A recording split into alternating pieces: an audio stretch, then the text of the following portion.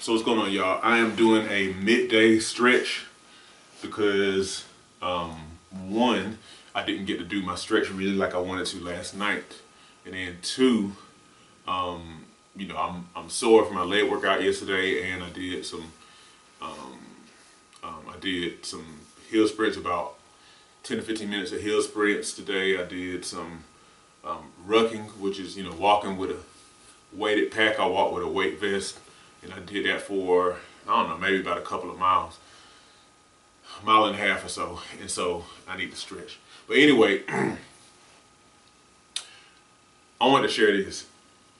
Every single time that I fast, and when I say fast, I mean whenever, typically when I'm on the verge of like not eating at all, because that's typically what you mean when you fast, not eating for a period of time.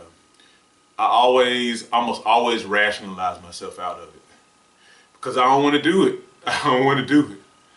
And typically either that or I'll delay it. I'll do something like, well, I'll just wait until after dinner, or I'll wait until after breakfast.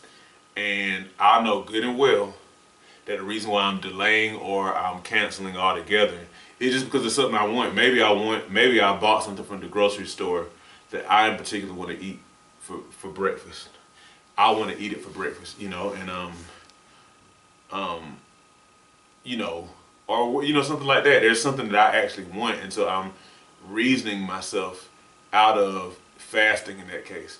The same goes sometimes with exercise. Now, thankfully, I'm a little better in exercise, but like for example, if I woken up in the morning and it was like a light rain, and I'd be like, I ain't gonna really worry about it. Knowing good and well the rain's not gonna hurt me, because I do all my exercising outside. Or no, I can't say that. I mean, I do a lot of it outside. My leg workouts in particular, because I do a lot of lunges on the track. So yeah, that, and or if it's like ultra cold, which this winter has actually been exceptionally cold here in Georgia, and so there have been times where I didn't do my some of my leg workout outside because I just didn't feel like being cold. And granted, I don't really have good cold gear. I haven't actually gone and bought it, but still, I've exercised out in the cold plenty enough to know that I'll be fine. Because you always warm up after a little bit of time. But anyhow, all that said, sometimes you just got to do stuff. The brain is such an amazing thing, and which I find out more and more every day.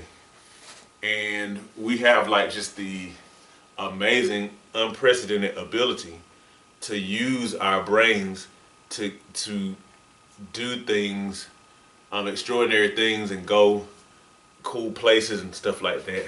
It's just amazing what we're capable of when we really do use the power that God gave us in our minds. But then at the same time though, sometimes brain power can work against you because it's just too easy to make up an excuse. Sometimes it could even be an excuse that has some level of validity to it. It could be something that's not altogether like far-fetched, like again, like with me not exercising in the cold, not having good cold gear, I really don't, but I do have some stuff to cover myself. So there's, like I said, there's some level of validity to the excuse, but it's still not enough for me to not do what I need to do. But sometimes you just need to go out there and do stuff. And I'm pretty sure I've mentioned this same thing before, but I also believe in my adult years that sometimes you can't say something too much.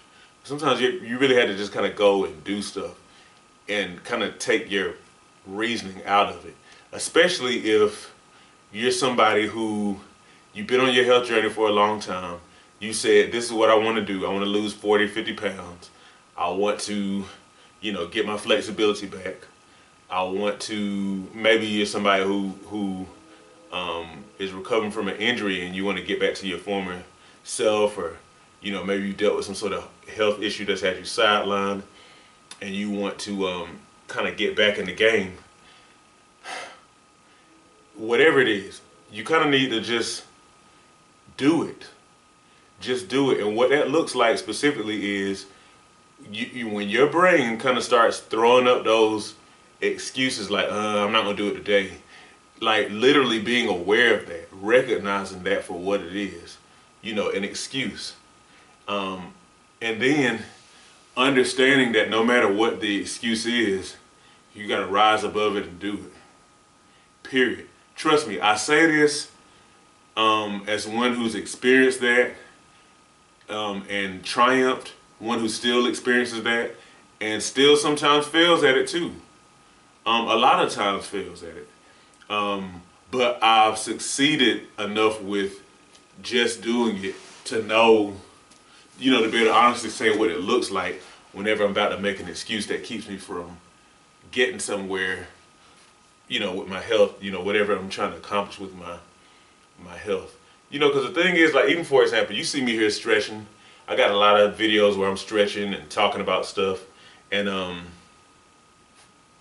let's be real, this has been an off and on kind of experience for me. Now, this has definitely been possibly my second most consistent time. Well, it's probably my most consistent time, but closely followed by another time maybe a year or two ago, where I was consistent in stretching, but then maybe got home too late and didn't stretch. And then I just let one day turn to 2, turn to 3, turn to months. But being flexible is something that really matters to me. It matters to me, as I often say, because of what I've learned about the positive effect of having a flexible trunk on blood pressure. It can help improve blood pressure. I have a very strong interest in maintaining my athleticism as I continue to age, especially since I've been seeing these people doing this master's track like I've been interested in for years. People in their 40s, 50s, 60s, 70s, even 80s who are still running track and doing things like that. These things are very motivational to me. Very motivational. And I want to continue my athleticism. And I also just want to be as able as possible to do everything I've always done, no matter how old I am. Because I just can be. And you have to be a lot more intentional about it when you get older. But the thing is, if you're very intentional about it when you get younger, you have a solid foundation that you can just kind of keep on going with not as much effort had you started at 40, started at 50. Now, if that's you, I'm not trying to beat you up. It's all good. Start wherever you are. But the main thing is, especially what I'm saying in this video, is sometimes you just kind of got to turn your brain off and just tell your brain, hey, be quiet, man. Be quiet. I'm just going to do this. It's just like if I say this not be done, I was watching some basketball clips because I loosely keep up with the NBA. And I was watching the recent game of the Lakers and the Pelicans. And they were playing at the Lakers arena, I think it was at the Staples Center. But they were playing there. And of course, anytime the Lakers were about to score, especially Luka or LeBron, there's a lot of cheering and all this kind of stuff. Anytime Pelicans were on the offense, they had the ball, whatever, you could hear a whole lot of jeering and stuff while they have the ball in their possession, especially when they're about to go for a shot. And then when they shoot the shot, almost total silence, no cheering, it seemed like. But my point is, you got to be like the team that's on the you got to be like the away team. All these voices just like, you shouldn't do that. You shouldn't go on your run because of this. You shouldn't fast because of that. And all you doing is you moving toward the basket and you get it done. Like, that's the way I believe we should treat our pursuit of health goals. Just by kind of ignoring all the chatter and just kind of doing it anyway. You know the chatter is going to come. You know that the chatter is not necessarily going to be in favor of you doing the thing or reaching the goal at all. Because a lot of times we tend to be scared of reaching our health goals, even if we wouldn't acknowledge it. But you know the chatter's gonna come. Just have the attitude of I'm gonna do it anyway. I'm gonna get to the basket, so to speak. I'm gonna take said action. I'm gonna get it done. All right, y'all. I need to get back to work, but let me know if this was good for you, and make sure you subscribe if you haven't already. Thank y'all for y'all who are continuing to subscribe, man. I'm just really appreciative. And y'all have a good one. As we get older, it becomes increasingly important to maintain and build muscle. Muscle helps you burn fat, stay mobile, and can contribute to longevity.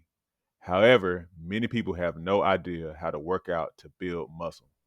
My mini workout series on Patreon provides you with my bodyweight mini workout video library. These workouts use little to no equipment, which means that you can do them in the privacy of your own home. They start at beginner level and progress from there to ensure you continue to see results. Every workout is a full body workout, hitting chest, back, legs, and glutes, as well as other muscles in between. Become a patron today and receive access to my series of mini workouts, plus access to a digital copy of my book, 8 Weeks to Transform Your Diet and Your Health. By combining the workouts with healthy diet changes, as outlined in my book, you'll definitely be on your way to weight loss, improved health, and visible results. Join me at patreon.com/SeanB2B Fitness today.